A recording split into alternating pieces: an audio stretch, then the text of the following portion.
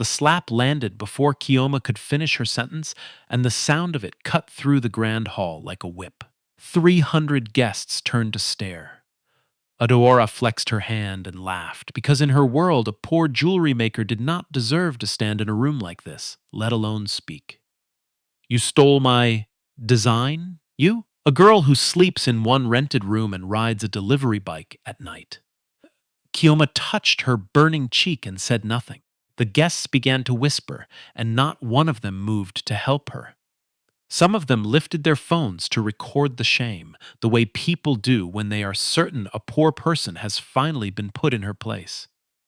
Adora walked a slow circle around her, drinking in the silence, enjoying every second of it. She had waited years for this exact moment, and she wanted the whole world to witness it.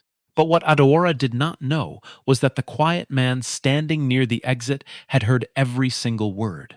And the truth Chioma carried in a small brown folder, the one pressed against her chest, was about to turn this entire room against the woman who was still laughing. Before we begin, do me one favor. Like this video, subscribe, and drop the name of your city below so I know where my people are watching from. Now let us go back to the very beginning, to the morning a hungry old man changed Chioma Eze's life forever.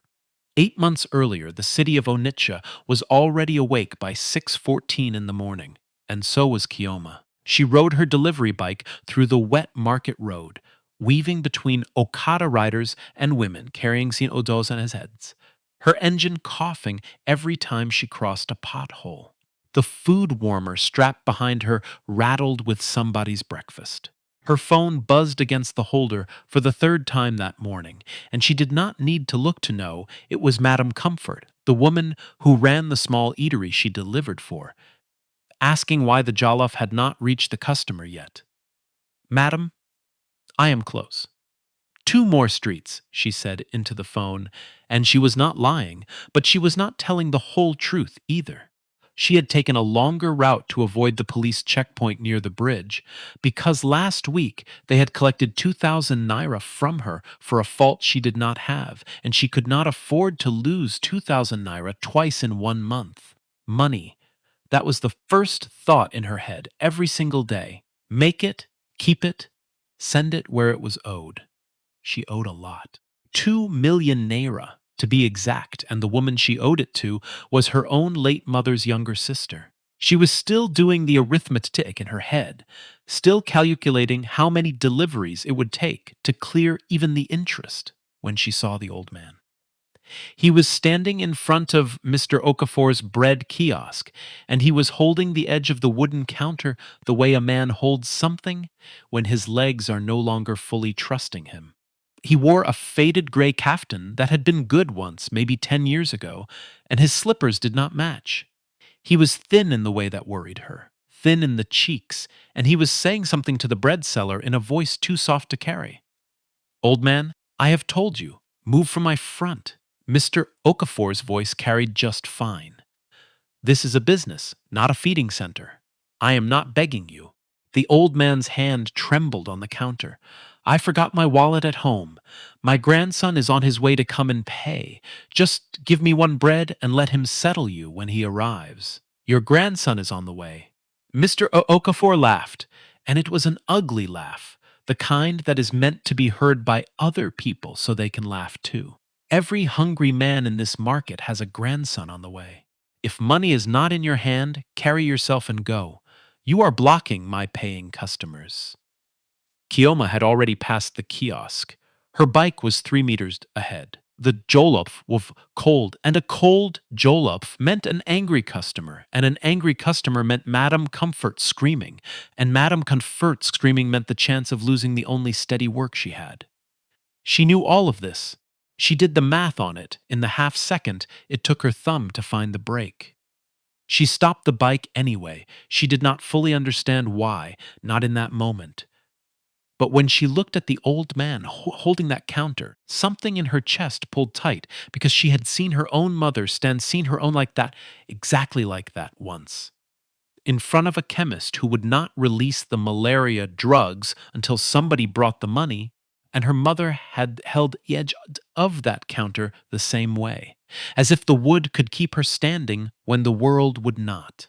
"Why are you shouting at him?" Chioma said. Mr. Okafor turned. "Is he your father? That is not the point. It is exactly the point. If he is not your father, mind your delivery and go. I know your type. You people that ride bikes up and down, you have nothing, so you like to come and form human rights for free." He waved his hand at her like she was a fly near his food. "Go and carry your Okada. This conversation is for serious people." The old man looked at her then, and there was something in his eyes that was not quite begging. It was more tired than that. It was the look of a person who had decided some time ago that the world was simply like this, and the only thing left to do was wait for it to be over. "Papa, are you all right?"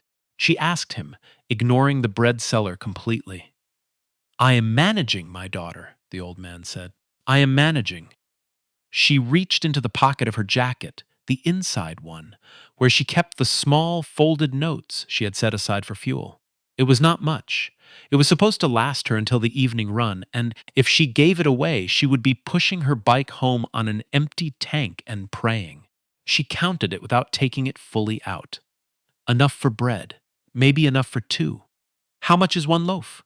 she asked Mr. Okafor. He looked at her, looked at the notes half showing in her hand, and she watched the calculation happen behind his eyes, the same calculation she had just done, except his arrived at a different and uglier answer.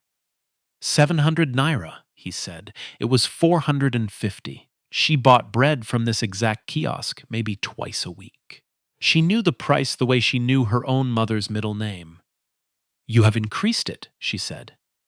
"Inflation." He smiled. "Do you want it or not?"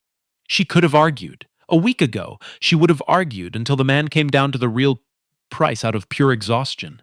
But the old man's legs were shaking, and arguing took time, and dignity sometimes costs more than the markup. "Give me two," she said. "Two? You heard me. 2 loaves, and put them in a bag like you have sense." She paid. The notes that were supposed to be her fuel left her hand, and she felt them leave, felt the specific weight of a decision that would cost her later. Then she took the bread, and she walked the old man to the small wooden bench at the side of the kiosk, the one meant for customers, and she sat him down on it. "Eat something first," she said, breaking one loaf and putting it into his hands.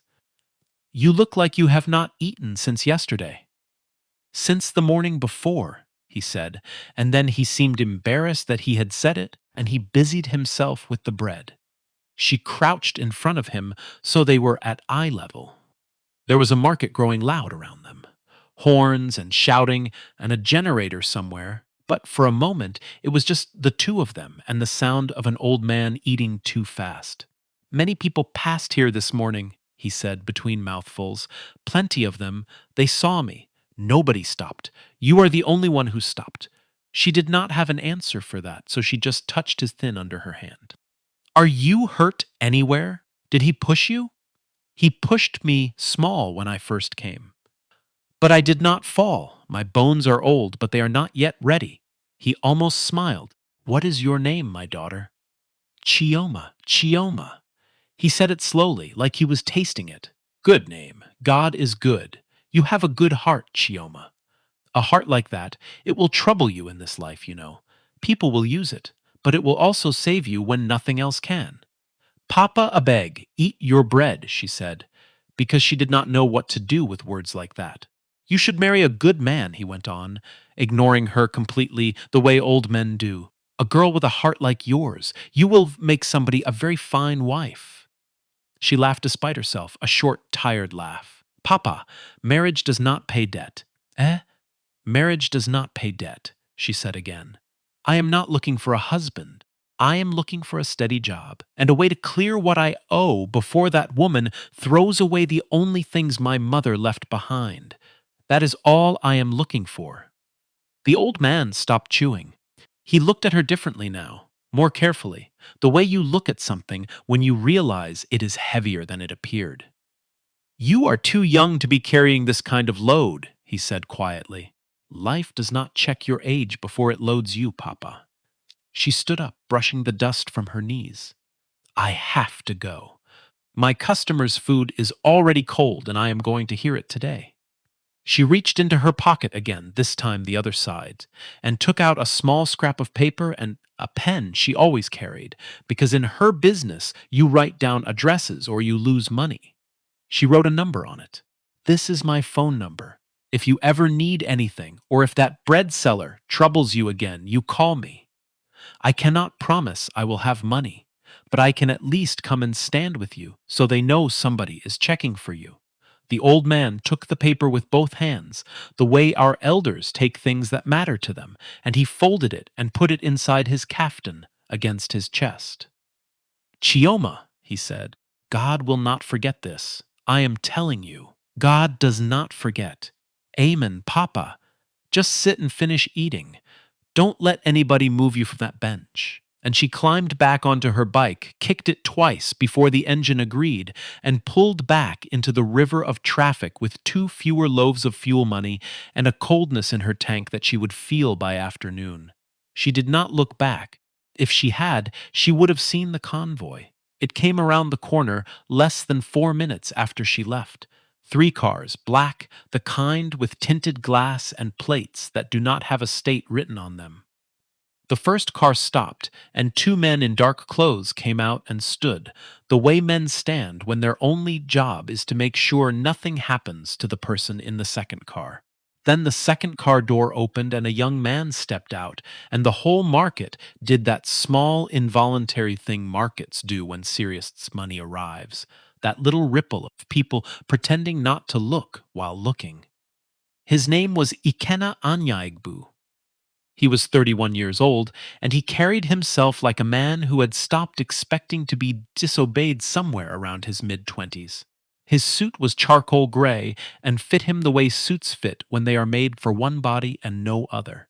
His face was calm, not warm. Calm in the specific way of a man who has learned that showing what he feels is a kind of leak, and he does not leak. He was the head of Anyaigbu Holdings, and Anyaigbu Holdings was not a small thing. It had oil servicing contracts in Port Harcourt, 3 banks it held quiet majority stakes in, real estate across 2 states, and a design and luxury arm that most people did not even know was part of the same group. But here was the strange thing about Ikena Anyaigbu, the thing that mattered for everything that came after. Almost nobody knew his face. He did not give interviews. He did not attend the parties where photographs got taken. He ran the largest part of his empire through other men's mouths, through directors and proxies and a personal assistant who fronted as the boss in any room that needed a boss, while Ikena himself stood at the back in a plain jacket and watched. He had reasons for this. He had learned those reasons the hard way, and we will get to that. He walked up to the bread kiosk where his grandfather sat on a customer's bench eating bread out of a black nylon bag. Papa, Ikena said, I am sorry. The meeting in Asaba went over. The driver could not reach you. Your phone was off. The old man did not look up. You came late. I know. I said, I'm sorry. You came late, Papa Okudili said again. And you allowed your wife to escape. Ikena went very still. My what?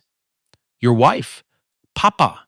Ikena crouched down, and now there was something careful in his voice, the careful you love when you are checking whether they are well.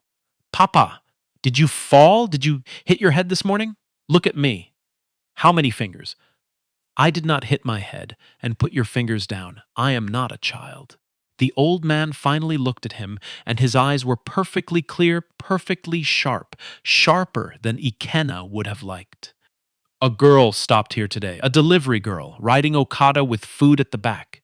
That bread seller there, Euros, he tilted his head at Mr. Okafor, who had gone suddenly very quiet and very busy arranging loaves of Euros. That one was shouting at me, pushing me, because I forgot my wallet and asked for 1 bread on credit until you came. Everybody passed me. Big men in fine cars passed me. Nobody stopped. This girl stopped. She bought me 2 bread with her own money. Fuel money. You could see it on her face that it was money she needed. She sat me down. She asked if I was hurt. She gave me her phone number and told me to call her if anyone troubles me again. He held up the scrap of paper. the one folded against his chest, like evidence. She did not know who I am. She did not know who you are. She helped me as if I was nobody, because to her I was nobody. That is the one I want for you. He pushed you? Ikena's voice had changed. He turned his head slowly toward the kiosk, and Mr. Okafor's hands went still on the bread. Leave him, Papa Okwudili said. The girl already fought my battle for me this morning. I do not need you to add yours. Sit down. Ikena did not sit. Papa, you cannot find a woman for me because she bought you bread. That is not how a euro. I have found her already. The finding is finished. What remains is the marrying. This is the reason, Ikena said, with the strained patience of a man who has had this exact fight before.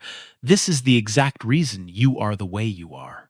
You decide something in 1 second, and then the whole world must arrange itself around your 1 second.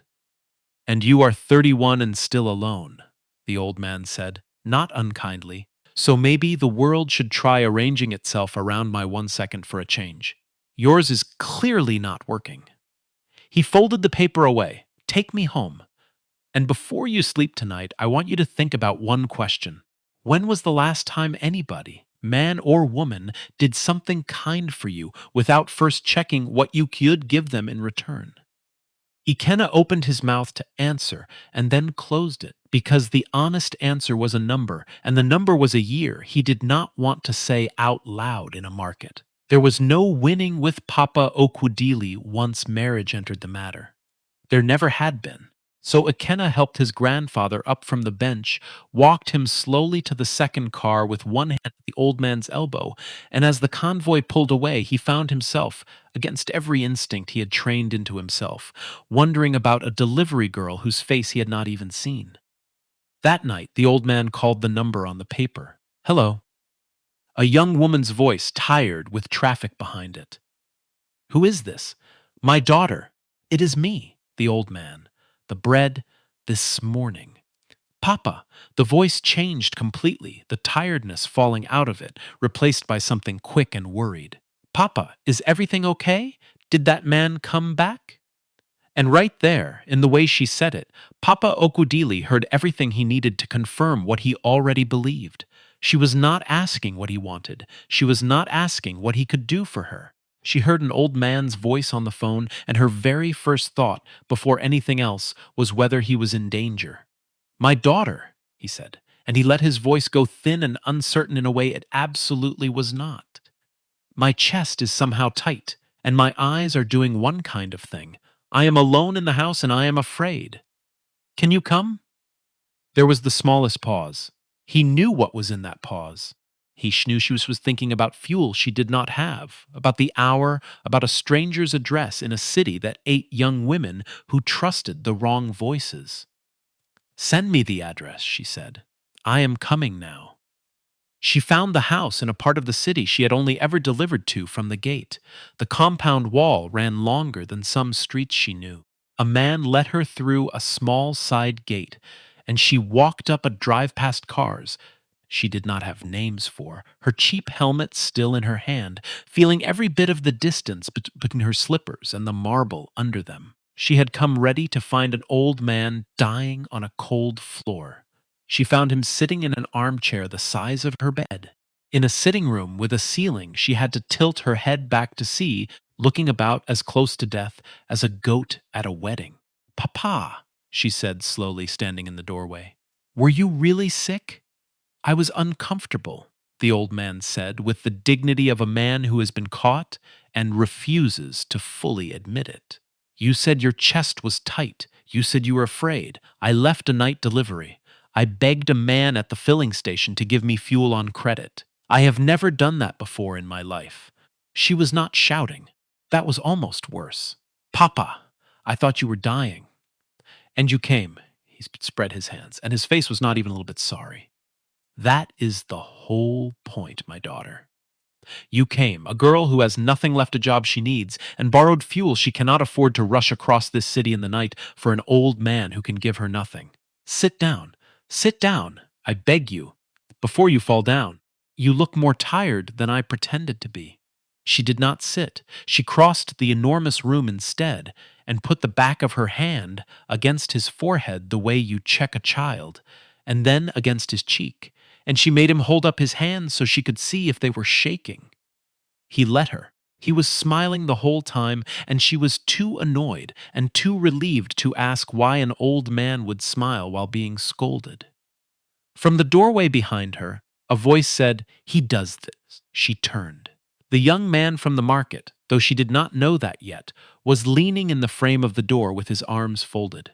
He had changed out of the gray suit into something simpler, and in the low light of that room he looked less like money and more like a tired man who had lost an argument earlier in the day and expected to lose another one shortly. "He does this," Ikenna said again, coming into the room. "He has been doing it since I was a boy. When my grandmother was alive, he would fake a cough so she would cancel her trips and stay home with him. I once watched him pretend to lose his hearing for an entire week to avoid a meeting with relatives he disliked. He looked at his grandfather with an exasperation so old it had worn smooth.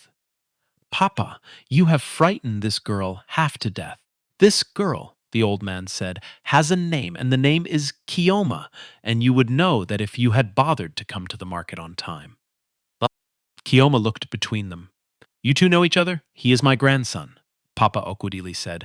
"Ikenna, the one I told you about on the bench, the one who is 31 and alone. Papa, am I lying about your age, or am I lying about the alone?" Ikenna pinched the bridge of his nose. "Good evening," he said to Chioma, with the stiffness of a man performing a courtesy ceremony under duress. "I apologize for him. He is not sick. He has never, to my knowledge, been sick. He summoned you here under false pretenses, and I am sorry for your fuel and your time." "It is fine," she said, though it was not entirely fine. "I am just glad he is well." And she meant it, which Ikenna noticed, because he was a man who had spent 10 years learning to notice the exact moment people stopped meaning things, and she had not stopped. What she did not know was the rest of it. She did not know that, earlier that evening, before she arrived, the old man and his grandson had stood in this same room and had a quieter, harder version of this argument. "It is a test, Papa, that is all this is, and it is a cruel one," Ikenna had said. "You called a poor girl across the city by lying to her. When she gets here, there sees she will be angry, and she will be right to be angry. She will not even be the kind of angry you think," the old man had said. "Watch her. Just watch her with your eyes, and stop telling me what you have already decided is true."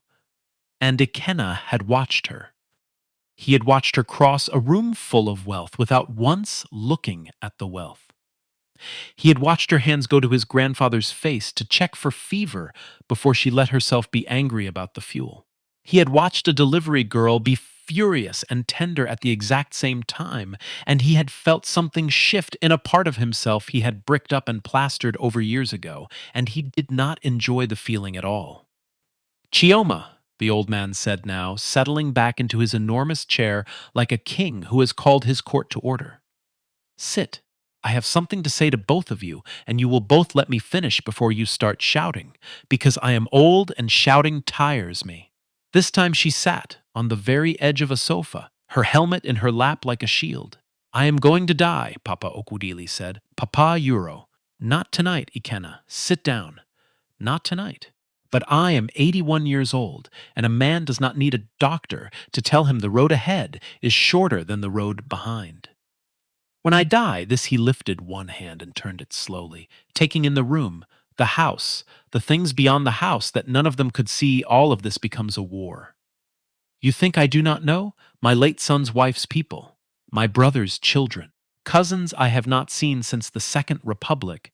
All of them are already sharpening, already counting, already waiting for me to close my eyes so they can fight over what they did not build.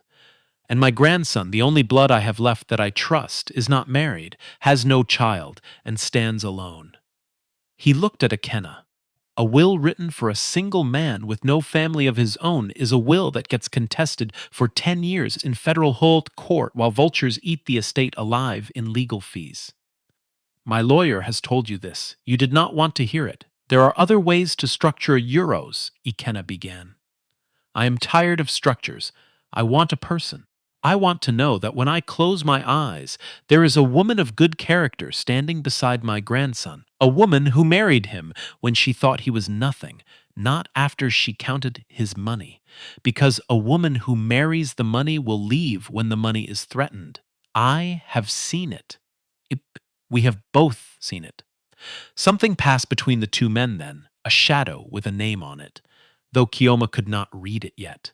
But a woman who would buy bread for a dying stranger with her last fuel money. That woman, when the storms come, will still be standing. The room was quiet. Somewhere in the great house a clock ticked. "Papa," Chioma said carefully, "I think you have the wrong idea about me. I am happy I helped you. I would do it again. But I am not a woman of good character in any story big enough for this kind of house. I am a girl who owes 2 million naira and is one bad week away from losing everything. I cannot be anybody's solution. I am barely my own." 2 million naira, the old man repeated. "Tell me about it." So she told him. She did not plan to. There was just something about the way he asked, and the lateness of the hour, and the strange permission of a room where she had already decided nothing made sense. She told him about her mother, who had cleaned other people's houses and sold bread by the roadside, and put Chioma through school on the edge of nothing. She told him about the sickness, the long, expensive dying, the hospital that would not release the body until the bill was paid. She told him about Auntie Uzoamaka, her mother's younger sister, who had paid that final bill and a few of the bills before it, and who had been adding interest and stress fees to the figure ever since until 2 million was now the number, and who kept the boxes of Chioma's mother's belongings in her house as a hostage, threatening every few weeks to throw them in the gutter if the money did not come. The boxes, the old man said, what is in them? Her clothes, her wrappers, a few photographs, her sewing machine. Kioma's voice did the thing voices do when they are walking very carefully past something, and her design books. My mother could not read past primary school, but she could draw. She used to draw jewelry, necklaces, beads, patterns from our village, mixed with things she saw in magazines. She never made any of them. She could not afford the materials. She just drew them in old exercise books at night after work. That is where I learned. Everything I know about design, I learned from a woman who never owned a single piece of real gold, drawing it by candlelight so her daughter would have something beautiful to look at. She stopped. She had not meant to say all of that. If Aunt Uzoamaka throws those books away, then the last thing my mother made with her own hands is gone, and I have nothing left of her but a face I am already starting to forget. Nobody said anything for a moment. Then Ikenna, who had been standing by the window with his back half turned, said quietly, without looking at her, "What do you do?" "You said design." "I studied jewelry design. I have a certificate. I was top of my class." She said it flatly, without pride, the way you state a fact that has not helped you. But a certificate without connections in this country is just expensive paper. So I deliver food, and at night, when I can afford the materials, I make small pieces and sell them, and one day, if God agrees, I will design for real. That is the plan. The plan is slow. The old man clapped his hands together once, softly, like a man who has reached the end of a calculation and is satisfied with the answer. "Then here is what I propose," he said. "And Chioma, I want you to listen to the whole thing before you say no, because I can see the no already forming in your mouth. I am not asking you to fall in love. I am not asking you to be a slave or an ornament. I am proposing a contract, a real one, with a lawyer, with terms. On paper, you will marry my grandson, legally, for a period of 12 months. During those 12 months, you will live as his wife in the eyes of the law and the eyes of my watching relatives, so that I can change my will in peace, knowing there is a real Zell marriage and not a paper man standing alone. In exchange, I will clear your debt, the full 2 million, paid directly this week. Your mother's boxes come home, and whatever happens between you and Ikenna in those 12 months, whether you grow to like each other or you cannot stand the sight of each other, at the end you may walk away clean, with the debt gone and your mother's things safe. That is the offer. A fair trade between two people who itse nitsi nitzik. Now you may speak. Chioma sat very still. She thought about a lot of things in the few seconds that followed. She thought, mostly, that no sensible woman marries a stranger in one night, that this was the kind of thing that happened to foolish girls in stories right before everything went wrong. She thought about how her mother would have slapped the back of her head for even sitting in this room this long. But she also thought about candlelight and exercise books and Aunt Uzuamaka's hand holding a box of her mother's wrappers over an open gutter. I have a condition, she said. Say it. It is not free money. Whatever you pay, I am writing it down as a loan from me to you, and I will pay back every naira, even if it takes me the rest of my life. I will sign that I owe it. I am not going to be a woman who got 2 million naira for sitting in a man's house for 1 year. She lifted her chin. If those are not the terms, then it is not a deal. I would rather lose the boxes than become something my mother would be ashamed of. Ikenna, by the window, turned fully around for the first time and looked at her with an expression she could not read. It was not warm, but it was not cold either. It was the look of a man revising a number he had been very confident about. My daughter, the old man said softly, 2 million naira is a small price for a granddaughter who would say that sentence to a rich face. He smiled, and for the first time the smile reached all the way to his old eyes. We have a deal. The lawyer came the next morning. So did the witnesses, two of the old man's longtime staff, and a registrar the old man's lawyer knew, which is a phrase that does a great deal of work in this country. The contract was real, 6 pages of it, and Chioma read every single line twice before she signed, which made the lawyer raise his eyebrows and made Ikenna, watching from across the table, do that small revision of his estimate of her again. 12 months. Cohabitation sufficient to satisfy any inquiry. The debt cleared in full within 7 days. A clause which Chioma insisted be added, and which the lawyer found genuinely confusing, recording that the 2 million was to be treated as a personal loan from grandfather to the bride, repayable, no interest. Nobody had ever asked to be made more indebted before they signed. It was very quiet.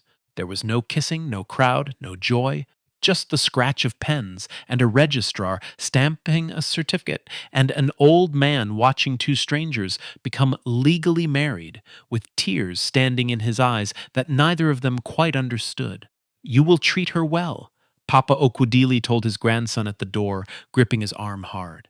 I am old, but I am not blind and I am not dead. If I hear that you made this girl cry, contract or no contract, I will deal with you myself. Do you hear me? I hear you, Papa. I am not joking. I know you are not. The old man left, and the moment his car cleared the gate, the temperature in the great house dropped about 10 degrees. Let us be clear about something, Ikenna said. He had put the suit back on somewhere, the charcoal armor, and the tired man from last night was gone. This marriage exists on that paper and nowhere else. I did this for my grandfather because he is old and stubborn, and I have never been able to refuse him anything that mattered to him. Do not mistake it for anything more than what it is. I have no intention of mistaking it, Chioma said. I did this for a box of my mother's wrappers. We are even. Good. He seemed almost annoyed that she had agreed so easily. There will be no confusion then. None. She picked up her helmet. Where is the toilet in this house? I have been holding it since I arrived because I was afraid to touch anything. He stared at her for a second, and something almost moved at the corner of his mouth, almost before he caught it. Down the corridor. Second door.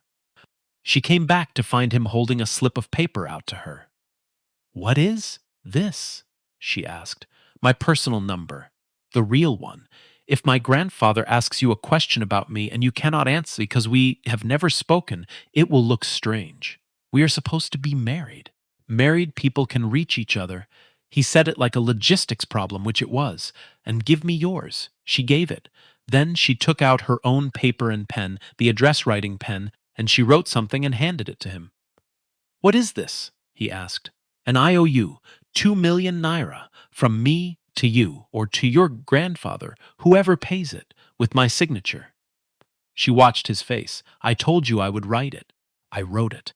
Now you cannot ever say I took advantage of you, no matter what your relatives whisper, no matter what you decide to think about me at 3 in the morning. It is in writing. I owe it. I will pay it. He looked at the slip of paper in his hand for a long moment, a scrap of cheap exercise book paper with a delivery girl's careful handwriting on it, promising to repay 2 million naira she did not have, to a man whose actual net worth she could not have guessed within 3 zeros. You think this changes anything? He said. No, she said, but I will know, and one day you will know too. She put on her helmet. Take care of Papa. He should not be standing under the sun in markets at his age. Next time he calls me crying that he is dying, I am going to assume it is a lie. And one day it will not be a lie, and that will be on both your heads, not mine. And she walked out to her bike and rode away, leaving Ikenna Anyaigbu standing in the doorway of his enormous house, holding a piece of paper he could not bring himself to throw away. He did not throw it away. He put it in his wallet behind the cards, and he told himself it was because a man keeps records. What he did next, however, told a different story about how much he trusted her. Henry. He called his personal assistant that same afternoon. Henry Bassi had worked for Ikenna for 9 years and knew where most of the bodies were, metaphorically, and on one regrettable occasion, almost literally. I have gotten married. There was a silence on the line that was very loud. Congratulations, sir, Henry said, in the voice of a man who has learned to receive impossible sentences without flinching. My grandfather arranged it. It is a contract. 12 months. You can read the file. Her name is Chioma Eze. She is a delivery rider and a jewelry designer. He paused. She does not know who I am. Sir, she knows my name is Ikenna. She does not know the rest. She does not know about Anyegbu Holdings, the banks, the group, any of it. She married a man named Ikenna who lives in a big house his rich grandfather provided. That is all she knows, and that is all she is going to know for now. May I ask why, sir? Ikenna looked out of his office window, 22 floors above a city that did not know his face. Because the last person who knew exactly what I was worth, he said, spent 4 years pretending to love me and left the week the company nearly collapsed. Because my grandfather chose this woman in a single afternoon based on 2 loaves of bread, and I am not my grandfather. I do not trust hearts on sight. I trust evidence gathered over time. She asked for 2 million naira before she agreed to marry me. She wrote me an IOU. Yes, fine, it was a strange thing to do. But strange is not the same as honest, Henry. I have been fooled by strange before. So I am going to do the unromantic thing. I am going to watch her for 12 months as a man with nothing to offer her but the name Ikenna. And if at the end of it she is who my grandfather says she is, then I will know it is real because she will have had no reason to perform it. He turned from the window. Until then, to her and to anyone she might talk to, I am a man of modest means with a generous grandfather. Adjust whatever needs adjusting. Understood, sir. A pause, and if she asks what you do? Ikenna considered this. I am between things, he said. I help my grandfather manage some of his affairs. Keep it small. Keep it boring. People do not investigate boring. It was, he would later admit, the single worst decision he made in the entire affair, and he made it for reasons that felt, at the time, like wisdom. We will let him learn that himself. The next morning, Chioma walked into the offices of Sorel Designs with her portfolio under her arm and her certificate in a clear plastic sleeve because he had an interview, a real one, the first real one in 8 months. Sorel Designs was a mid-sized jewelry and accessories house, well known enough that Chioma had grown up admiring their pieces in shop windows she could not enter. The waiting room was full, which surprised her. Far more people than one design position should draw, and she would later understand that the crowd was there because word had quietly spread that Sorel had just been acquired by a much larger group, and ambitious people can smell new money the way ants smell sugar. She did not know the name of the acquiring group. It had not been made public. If it had been, and if she had read it, the entire next 8 months would have gone very differently. She was rehearsing her introduction under her breath when a voice she had not heard in 3 years cut across the room. Chioma, Ez, Chai, so, it is true. Chioma looked up, and her stomach dropped. Adaora Mombachu was standing by the reception desk in a dress that cost more than Chioma made in a month, looking down at her with a smile that had not changed since university, the smile that always arrived just before something cruel. They had been course mates. For 4 years they had studied the same design, sat the same exams, and for 4 years Adaora had come from a comfortable Leki family with a father in oil money and connections at every door, while Chioma had come from candlelight and exercise books. And for 4 years one inconvenience had sat between them like a stone. Chioma was better. Everyone knew it. The lecturers knew it, the other students knew it, and worst of all, Adaora knew it, and a person can forgive almost anything in this life faster than they can forgive being second to someone they have decided is beneath them. Adaora, Chioma said, it has been a long time. It has. Adora's eyes went over her, the cheap portfolio case, the worn shoes, the certificate in its plastic sleeve like a market receipt, and the smile deepened with pleasure. I heard you were doing food delivery, riding Okada up and down. I told the others it could not be true, that the great Chioma Eze, the genius, the one the lecturers loved so much, surely she is not carrying jollof on her head for strangers. But here you are. Life is so interesting. She tilted her head. Are you here to deliver someone's lunch? Should I show you to the kitchen? I am here for the design position, Chioma said, evenly. Oh. Adora laughed, light and delighted. Oh, you are serious. You think you can just walk in here off the back of a delivery bike, smelling of petrol and other people's stew, and design for Sorel? My darling. She leaned in slightly, dropping her voice to something almost gentle, which was worse. This is a luxury house.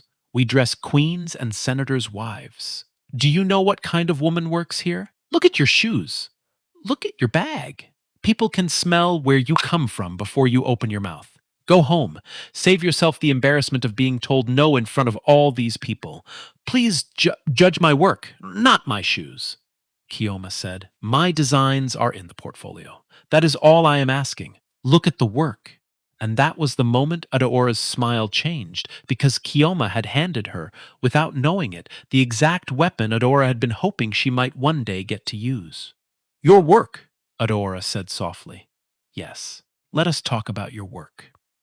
The interview, when it finally came, was conducted by a panel of 3 Sorel managers, and Adaora, it turned out, was also a candidate recommended directly by a board member who happened to be a close friend of her father. They were called in together, which should not have happened, but money rearranges procedure. Each was asked to present one signature piece. Chioma presented a necklace design she called Ne, which means mother. It was the centerpiece of everything she had, the truest thing she had ever drawn. 3 curved lines flowed down from a central stone, and a broken, deliberately interrupted pattern ran beneath them in fine gold tracery that gathered itself back together at the base. The 3 lines are patience, dignity, and courage. Chioma told the panel, and her voice steadied as she spoke, the way it always did when she talked about the work instead of herself. The broken pattern is loss. The gold lines that gather it back together are the way a person carries grief and keeps walking anyway. It is based on the beadwork patterns my mother drew. The half moon at the base is from our village. I have never seen another piece like it, because there is no other piece like it. It came out of my own life. The panel was quiet. One of the managers, a woman, leaned forward to look more closely at the rendering, and there was a particular quality to her stillness that any designer learns to recognize, the stillness of a professional looking at something real. Then Adaora set down her own design, and the room went cold. It was ne, not exactly, not line for line, but unmistakably, insultingly the same. The same three curved lines, the same broken pattern beneath, the same half moon at the base. Rougher, the proportions slightly wrong, the gold tracery clumsier, like a song hummed by someone who had heard it once through a wall. But the same. Ma, Adaora said to the panel, her voice trembling with beautifully performed hurt. I do not want to cause trouble, but this is my design. I created this piece 2 years ago. I showed it to several people. And now I walk in here and find that this girl, this delivery rider, has copied my work almost line for line and is presenting it as her own. She pressed a hand to her chest. I knew her in school, Ma. She used to do this. She would see my sketches and copy them. I let it go then. We were young. But to stand here and watch her steal my life's work in a professional interview, I am sorry. I cannot stay quiet. Adaora. Kioma's voice came out lower than she expected. You know that is a lie. You copied me in school. The lecturers caught you twice, and now you have done it again in this room, in front of these people. If the work is yours, one of the panelists said to Chioma, not unkindly but not warmly either, then explain it, the concept, where it comes from. And Chioma did. She explained every line, the patience and the dignity and the courage, the broken pattern, the gathering gold, the half moon from her village, the mother who drew by candlelight. She explained it with the unhesitating fluency of a person describing her own heart, every detail landing in its right place, and anyone listening with an honest ear could hear that this was not a story being invented on the spot. It was a story being remembered. It is a modern jewelry piece, Adora said when her turn came to explain. It represents, beauty and class and the strength of the African woman. She gestured vaguely. The lines are for elegance. That is the concept.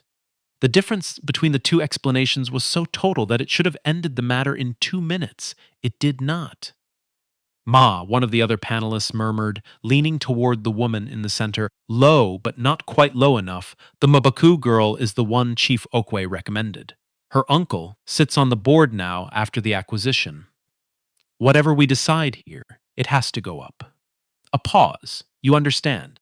The woman in the center, the one who had leaned forward to look closely at Chioma's work, the one whose stillness had said she knew real from fake, closed her eyes for the briefest moment.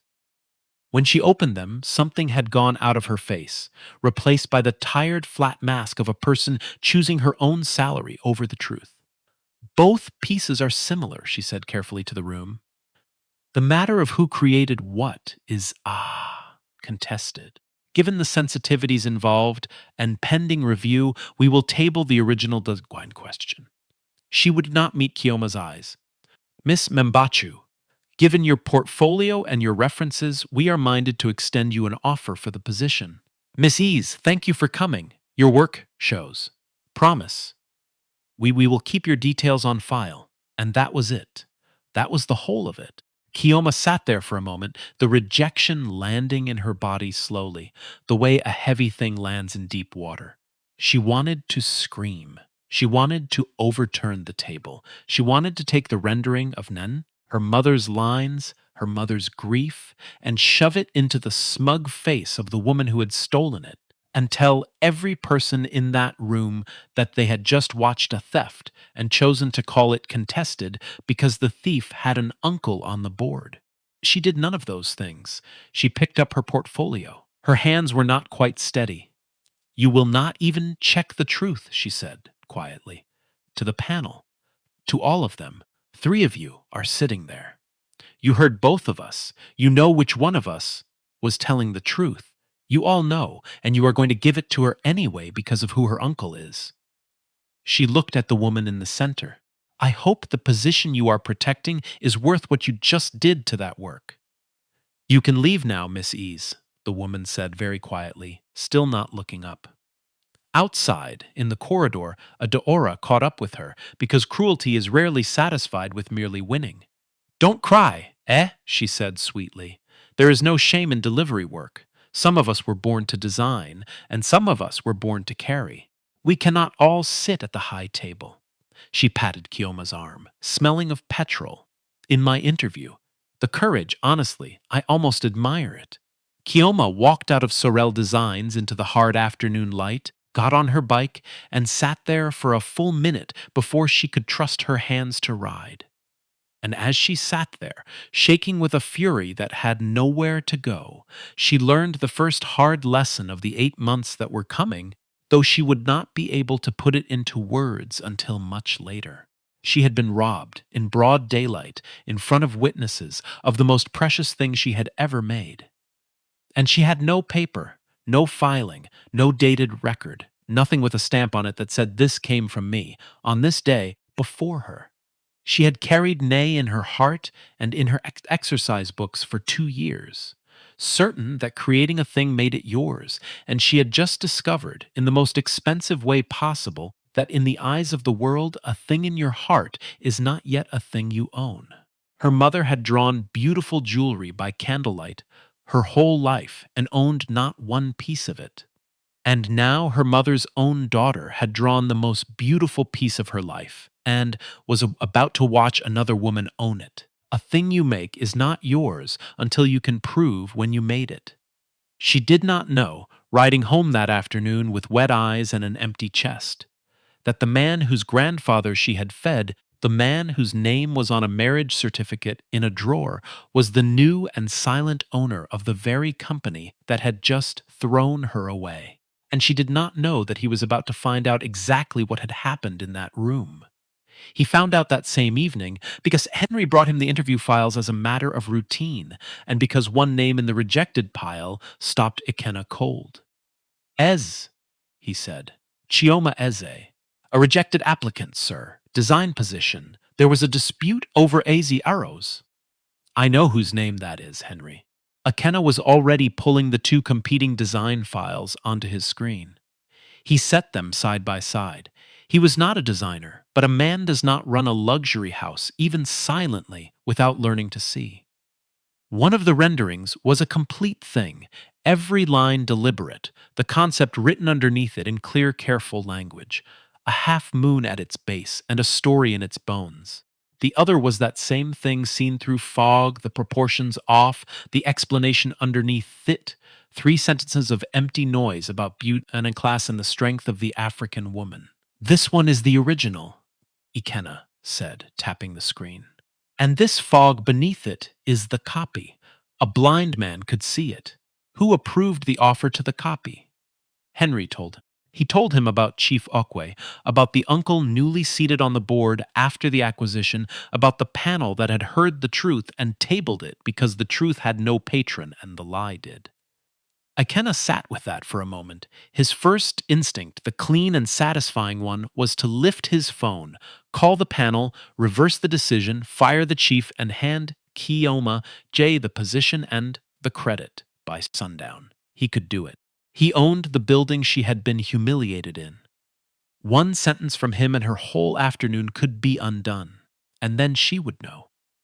She would know that the man named Ikenna, the man of modest means with the generous grandfather, could overturn the decisions of a major design house with a phone call.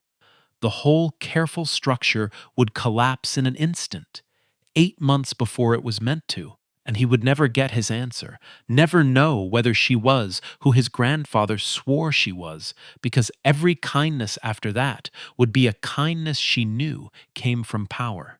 He would have bought her gratitude instead of earning her trust. Sir, Henry said, should I reverse it? No. It came out harder than he intended. No.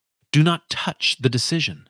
Do not reverse anything. He stared at the two designs, the true one and the foggy theft of it, and he felt something he was not used to feeling, which was the precise cost of his own caution. But I want everything. Every project that copy works on going forward, every file, every client comment, every revision, and put a quiet flag on the original design, this Nene. If a Thumbachu girl or Sorel tries to register it, file it, sell it, produce it under their name, I want to know the same hour. He looked up. And Henry, you do. Chioma Eze does not find out I had anything to do with that company. Are we clear? Clear, sir. Henry hesitated at the door. May I say something, sir? That is not my place. You are going to say it regardless. That woman was robbed in your building today of the best piece of work in that pile, and you have the power to make it right with one call, and you are choosing not to so that you can keep watching her. Henry kept his face carefully neutral.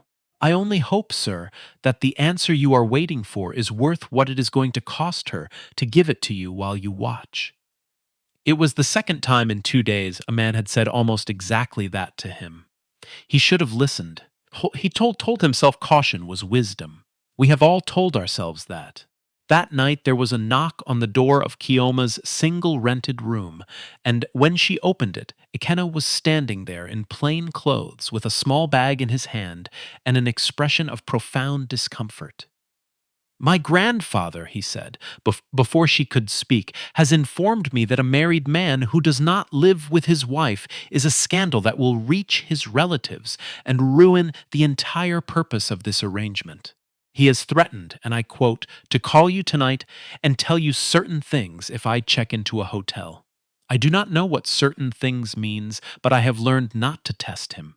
So, he lifted the bag an inch. I need somewhere to stay, for the sake of the contract.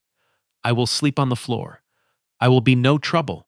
She looked at him, then at the bag, then back at him, and a tired laugh escaped her. Your rich grandfather has thrown you out, and now you are homeless on my doorstep. Something approximately like that, yes. Come in then, husband. She stepped back. The room was small enough that the word husband and the man it referred to could both fit only barely. Mind your head. And so a man worth more money than the street he was standing on could comprehend, came to live, for the sake of a lie he had told, for reasons he called wisdom, in a single rented room with a leaking circuit breaker and a delivery girl who thought he was as broke as she was. It should have been unbearable. In some ways it was. But a strange thing happened in that small room over the weeks that followed, the kind of thing that cannot be planned and cannot be faked, which is precisely why it began, very slowly, to undo all of Akena's careful caution. He watched her live. That had been the plan, to watch, and now he watched her from closer than he had ever watched anyone. He watched her come home from night deliveries, shaking with cold and tiredness, and still set aside a portion of her food for the boy downstairs whose mother works nights. He watched her fix the circuit breaker herself with a hairpin and a prayer when it tripped, because calling an electrician cost money. He watched her sketch at the tiny table by candlelight when the light went, bent over an exercise book exactly the way she had described her mother, drawing jewelry she could not afford to make. He watched her go back, again and again, to a single design. The one from the interview, the one that had been stolen. Why do you keep redrawing the same necklace? He asked one night from his pallet on the floor. Because she took it. Chioma did not look up Aurora in the interview. She copied any, and they gave her the position anyway because her uncle is on the board, and I had nothing to prove it was mine. Nothing on paper, nothing with a date. So I am doing it properly this time, for everything I make from now on. She held up the exercise book, and he saw that beside each new sketch she had written the full date, and that she had begun signing and dating every page. Every drawing, I date it. Then I photograph it. Then she picked up her cheap phone euros. I send the photo to my own email and to 2 friends with the date in the message. So there is a record. So there. Several records in several places with times on them that nobody can change later. It is not as good as a real registration. I cannot afford the proper fees yet, but it is something. It is proof of when. Because I learned the hard way that in this world, a thing in your heart is not yet a thing you own. You only own it when you can prove the day you made it. Ikenna lay in the dark of that small room and listened to a delivery girl explain, out of nothing but her own pain and her own intelligence, the exact principle that his own expensive lawyers charged him a fortune to manage. Establish priority. Create a dated, distributed, tamper-evident record of authorship before the dispute, not after, because after is too late. She had been robbed once and had reverse engineered by candlelight the single most important habit a creator in this country can have. That is, he stopped. That is actually very wise. It is not wise. It is just expensive to learn. She blew out the candle. Good night, husband. He did not sleep for a long time. He was thinking that his grandfather, who chose people on sight based on bread, had perhaps not been the fool Ikenna always assumed. The weeks turned. Adaora, secure in her stolen position at Sorel, did not stop, because people like Adaora never stop at one victory. The victory is only sweet if it can be repeated. Chioma, unable to get hired at any of the houses where Adaora now had a name, took freelance design work where she could, small commissions, and twice she found that pieces she had submitted to clients came back rejected, only to reappear weeks later in Sorel's seasonal line under Adaora's name. The first time it happened, she could not prove it. The second time, because of her new habit, she could. She had the dated email. She had the photographs with their timestamps. She had sent the original sketch to two friends with the date in the message body, weeks before Sorel's version appeared. She did not yet have the money or the standing to do anything with that proof. But for the first time, she had it. She kept it in a brown folder, every dated page, every printed email, every time-stamped photograph, and the folder grew thicker, and she began, very quietly, to save toward the registration fees because a friend who knew a little about these things had told her that the Nigerian Copyright Commission ran a voluntary registration scheme, and that a certificate from them was dated evidence, a court respect, and that it was the difference between knowing a thing was yours and being able to prove it when it mattered. And somewhere in those weeks, without either of them deciding to, the man on the floor and the woman at the candlelit table stopped being strangers fulfilling a contract. It was nothing dramatic. It was him learning. She liked her tea too sweet and making it that way without being asked. It was her packing him lunch because buying food outside every day is how broke people stay broke, and him eating it and not being able to remember the last time anyone had packed food for him without sending an invoice. It was the night the area boys stopped her bike over a scratch that was not her fault and demanded money.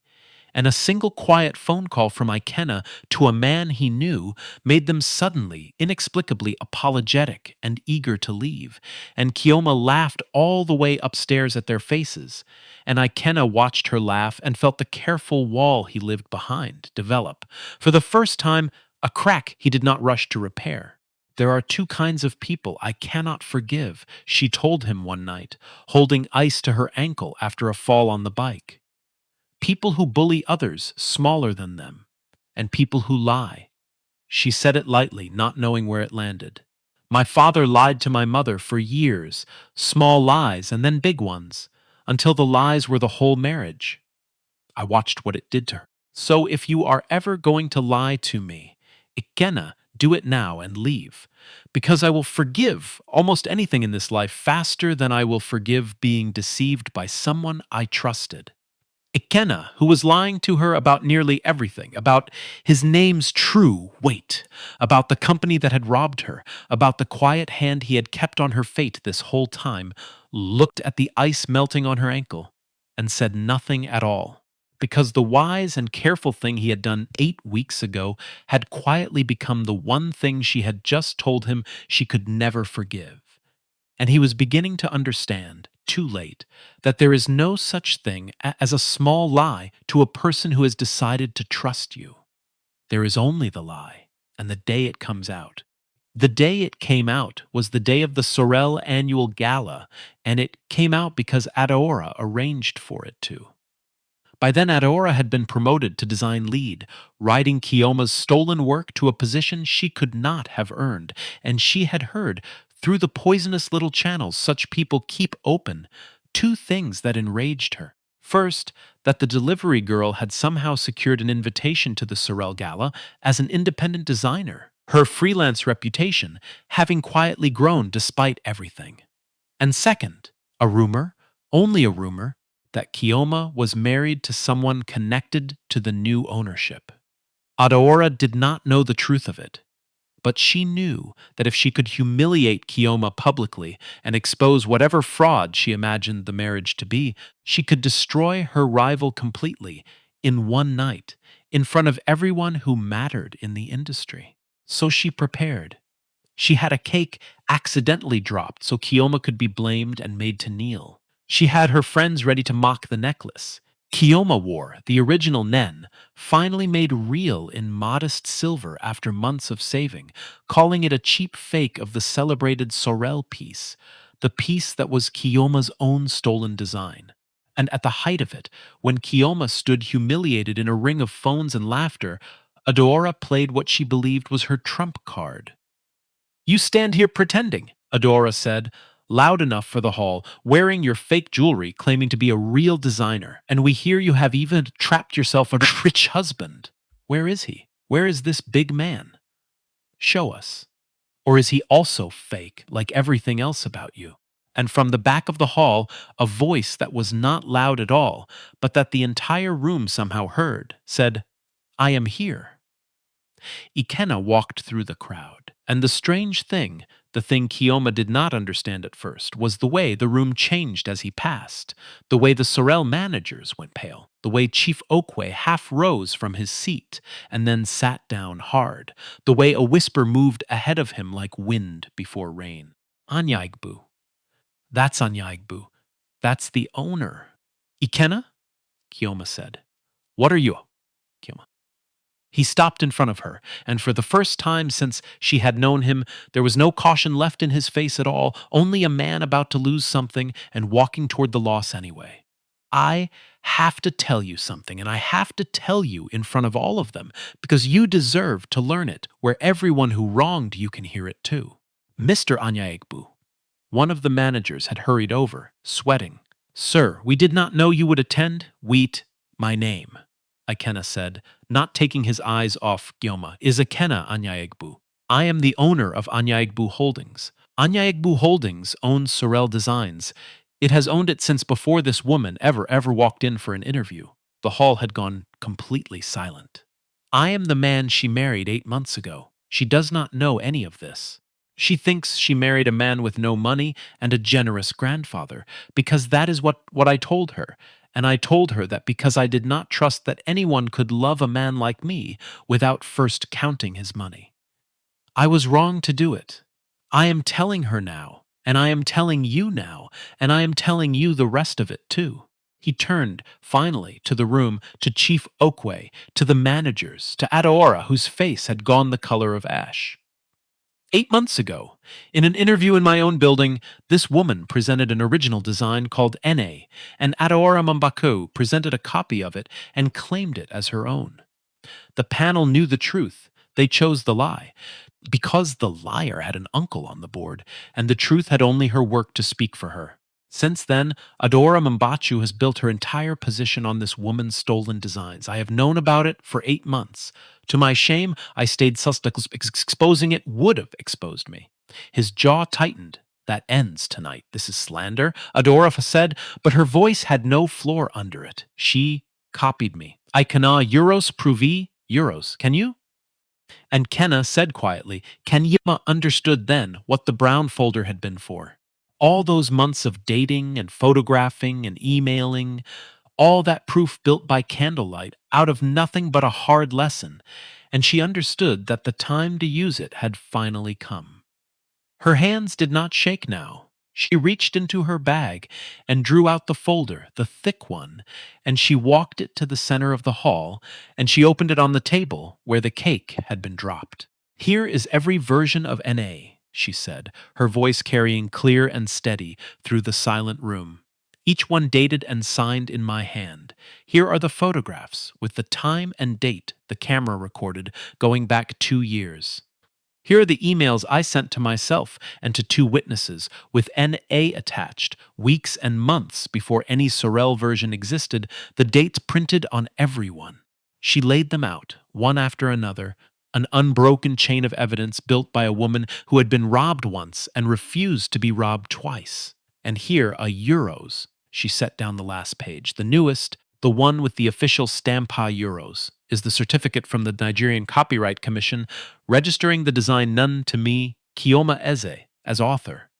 I saved for it for 6 months. I filed it myself. It is dated. It is stamped. It is evidence a court will recognize. She looked up, and she looked straight at Adaora. You taught me to do this. The day you stole my mother's lines and I had nothing to prove they were mine, you taught me to make sure it could never happen again. So thank you. Every page in this folder I owe to you. There is a particular silence that falls when everyone in a room realizes at the same moment that they have backed the wrong horse. It fell now. Chief Okwe was already standing, already distancing himself, already saying something about being misled. The managers would not look at Adaora, and Adaora herself stood in the center of all of it with her mouth open and nothing to put in it. Because there is no answer to a dated certificate, no uncle on any board who can argue with a time stamp, no charm in the world that can talk its way past proof. Adaora Mumbachu, Ikenna said. You are dismissed from Sorel Designs effective immediately, and Anyagbu Holdings will be referring the matter of your design theft for legal action. Every piece in the Sorel line based on stolen work will be withdrawn and recredited.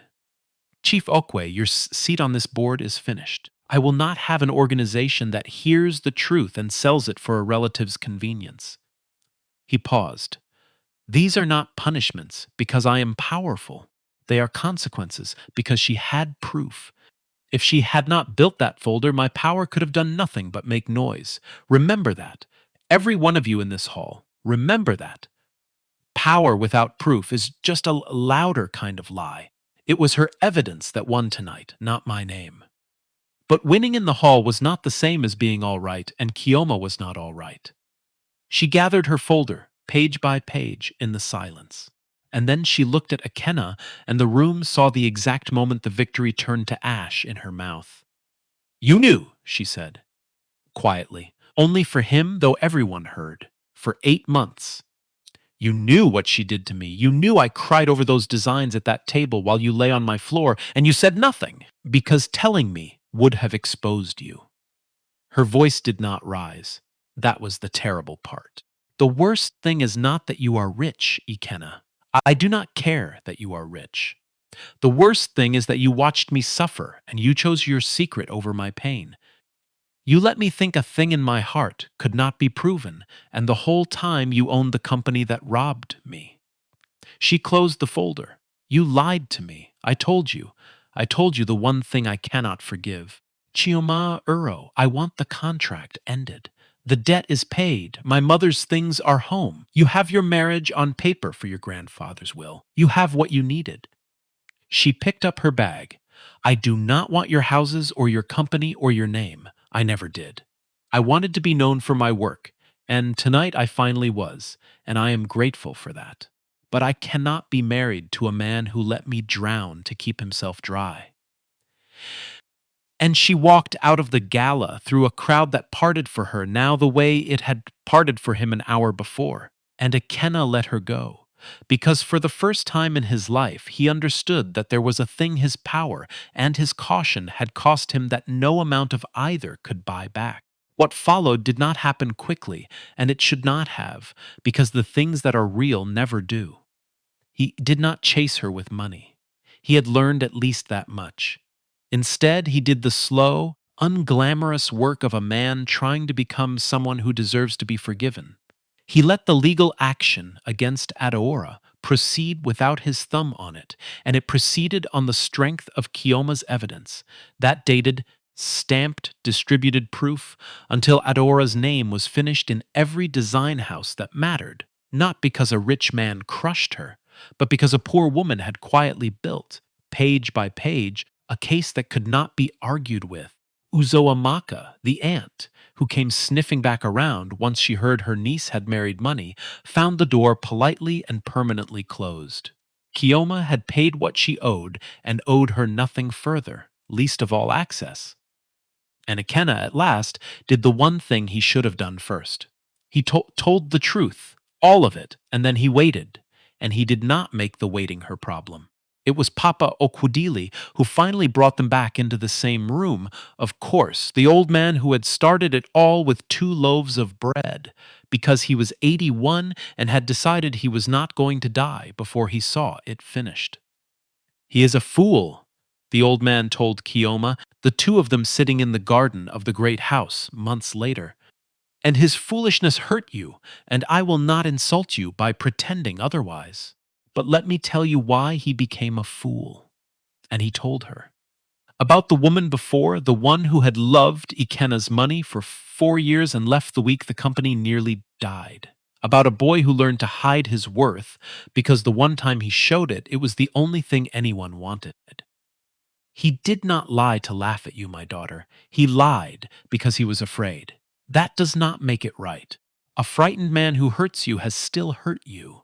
But I am too old to watch two people who are good for each other lose each other to one wound when one of them has spent every day since trying to dress it. He patted her hand. I am not asking you to forgive him today.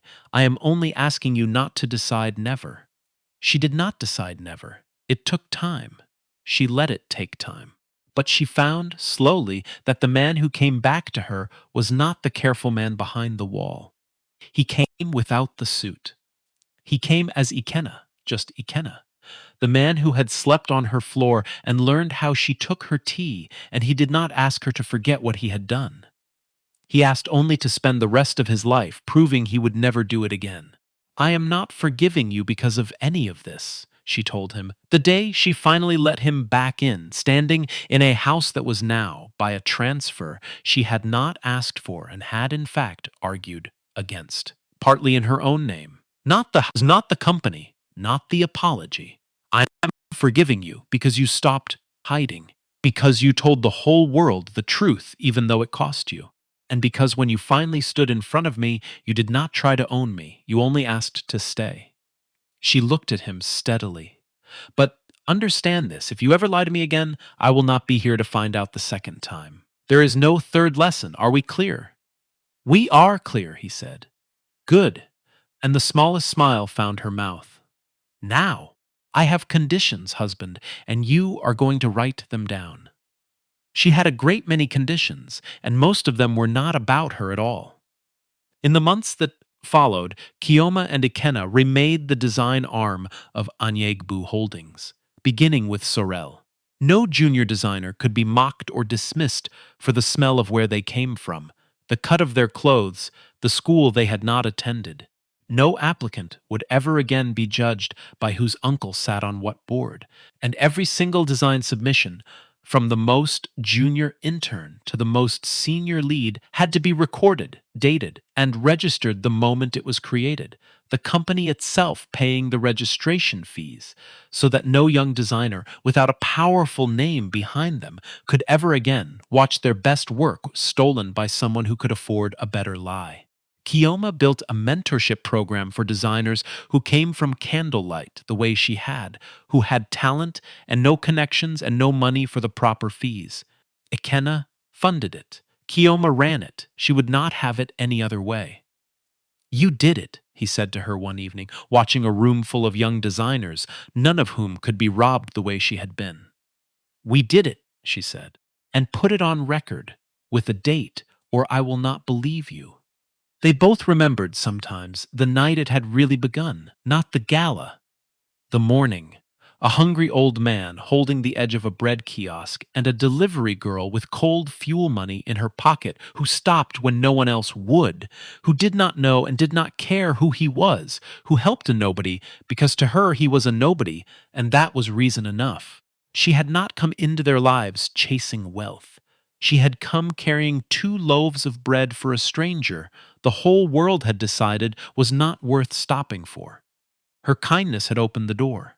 Her proof had won the war, and in the end she was loved and known and safe, not because a rich man had chosen her, but because she had refused every single day, in a world that kept telling her otherwise, to believe that what she came from decided what she was worth.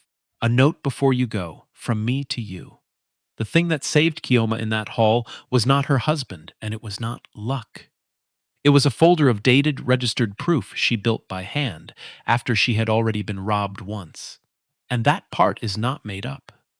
The Nigerian Copyright Commission runs a real voluntary registration scheme through its online system, and a certificate gives you exactly what saved her. Dated evidence of authorship a court will respect.